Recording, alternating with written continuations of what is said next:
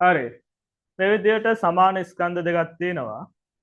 මේ සමාන ස්කන්ධ දෙක පූර්ණ ප්‍රත්‍යස්ත ගැටුමක් ඇති කරනවා.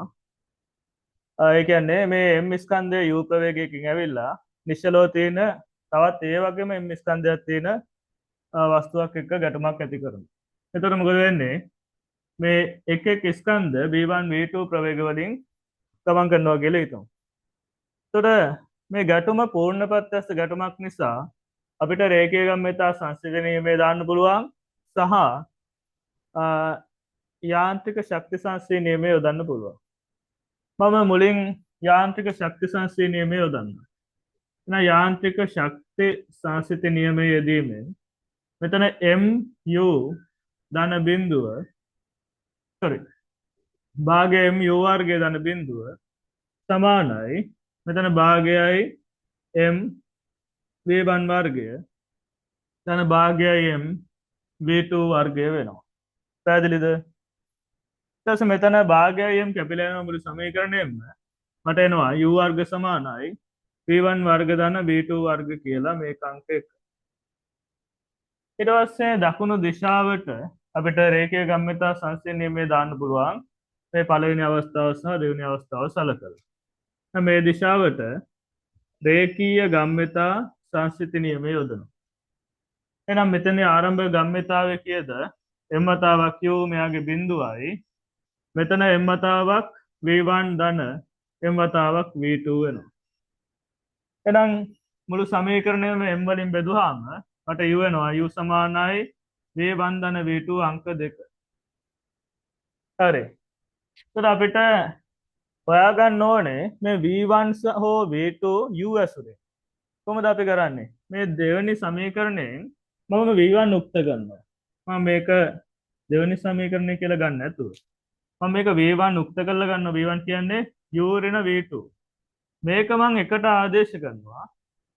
එතකොට u වර්ගය සමානයි v1 කියලා කියන්නේ u ඍණ v2 ගේ සම්පූර්ණ වර්ගය ධන v2 වර්ගය වෙනවා. එහෙනම් මෙතන වර්ග කළාම මේක සුළු කළාම මෙයා වර්ග කළා u වර්ගය ඍණ 2u v2 මෙතන ධන v2 වර්ගය ආපහු මෙතන තියෙනවා v2 වර්ගය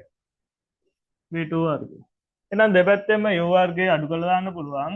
මේ පදේ මට මෙහෙට ගත්තාම 2u v2 සමානයි 2 v2 වර්ගය කියලා එනවා. 2 v2 වර්ගය. ආපහු මට මුළු සමීකරණයම දෙකෙන් බෙදන්න පුළුවන්. මේ පදේ මෙහාට දාලා දෙපැත්තම මාරු කරනවා. එහෙනම් v2 වර්ගය ඍණ u v2 සමානයි බිඳුවයි. දැන් අපිට සමීකරණයක් ඇවිල්ලා තියෙනවා. මේකේ සාධක හොයන්න ඕනේ. මේ v1 v2 මෙතෙන්දී v2 හොයාගන්න. එහෙනම් v2 පොදුයි. මෙතන එනවා v2 ඍණ u සමානයි බිඳුවයි කියලා. එහෙනම් මෙහෙම සාධක දෙකක් බිඳුව වෙන්න මොකක්ද වෙන්න ඕන අවශ්‍යතාවය? එක සාධකයක් හෝ බිඳුව වෙන්න ඕන. ඒතකොට එකක් බිඳු වුණාම අනිත් එකේ බලය අගය කීයක් වුණත් අනන්තය වෙන්නේ නැතුව කීයක් වුණත් මොකද වෙන්නේ? ගුණිතය බිඳුවක් වෙනවා. අන්න ඒ තර්කය අනුව අපිට කියන්න පුළුවන් v2 සමානයි බිඳුව හෝ v2 ඍණ u සමානයි බිඳුව වෙනවා. v2 සමානයි බිඳුව හෝ නැත්නම් මෙන්න මේ සාධකය කියන්නේ v2 ඍණ u වගේ බිඳුව වෙන්න ඕනේ. දැන් අපි පොඩ්ඩක් බලන්න ඕනේ v2 කියන්නේ මොකද්ද? ඒක බිඳුව වෙන්න පුළුවන්ද කියලා. දැන් මෙතෙන්ට ගිහින් බලමු. මේ තියෙන්නේ v2. v2 බිඳුව වුණත් මොකද වෙන්නේ? මෙයාට වැදිලා වෙලා යන්න විදියක් නැහැ.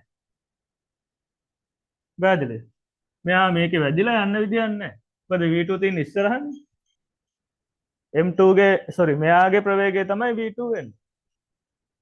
ඉස්සරහා තියෙන වස්තුවේ ප්‍රවේගය. යන්න ඒක නිසා මෙතන අපිට කියන්න පුළුවන් v2 අසමානයි බිඳුවයි හා මොකද v2 ඍණ u සමානයි බිඳුව v කියලා.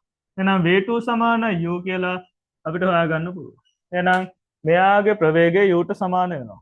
එහෙනම් v2 සමානයි u වුණාම එන්න මේ සමීකරණය මේක අපේ දෙවෙනි සමීකරණය කියලා ගමු. දෙකෙන් අපිට කියන්න පුළුවන් v1 සමානයි u ඍණ v2. v2 කියන්නේ u කියලා ආවා. u ඍණ u ඒ කියන්නේ බිඳුවයි.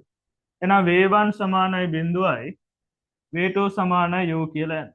එහෙනම් මේවා ගැටුමකදී අපි මොකද්ද මතක තියාගන්න ඕනේ? සමාන ස්කන්ධ දෙකක් තියෙනවා. එක ස්කන්ධයක් u එකෙන් ඇවිල්ලා පරිපූර්ණ ප්‍රත්‍යස්ත ගැටුමක් ඇති කරගන්නවා ඒ අනිත් සමාන ස්කන්ධයත් එක්ක.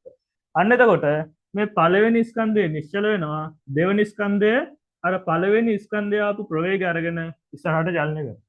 ඔන්න ඕකයි සිදුවන සිද්ධිය. පැහැදිලි නේද? හරි මේ ටික කරගන්නකෝ.